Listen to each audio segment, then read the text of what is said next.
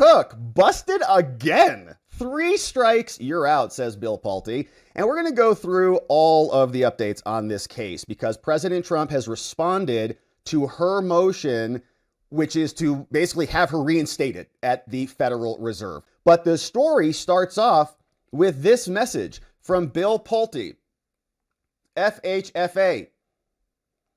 He says, 3 strikes and you're out, Lisa. Today, the U.S. Federal Housing sent a second criminal referral in the matter of Lisa D. Cook. That's number 2.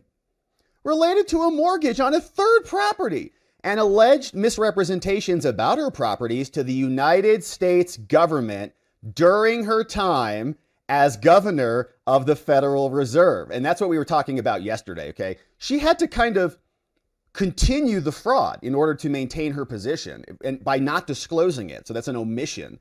And so she was giving misrepresentations. All your finances are in perfect order? Yeah, of course. Of course. I went to Harvard or Stanford or whatever, and I taught there.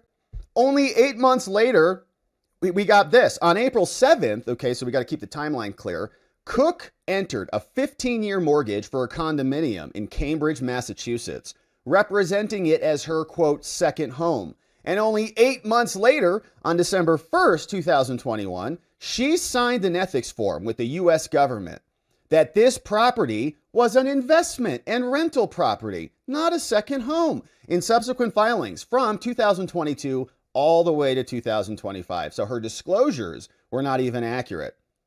And Cook consistently listed this property as an investment and rental property and not a second home. But in subsequent filings,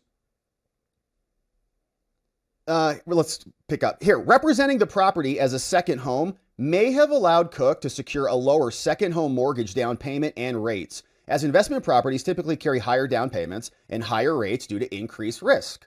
Now, additionally, Cook allegedly misrepresented her Atlanta, Georgia property all the way from 2022 to 2025 to the U.S. government, again, as part of her disclosures. And by their own admissions, in her argument yesterday, she was, to summarize, she was saying for cause. The statute says the president can fire a governor for cause. That's it. Doesn't give us any details on what for cause is because it's up to the president. It's whatever he decides is the cause. That's what the law says. For cause by the president. Anyone else? Nope, just the president. Okay, great. Why? Separation of powers.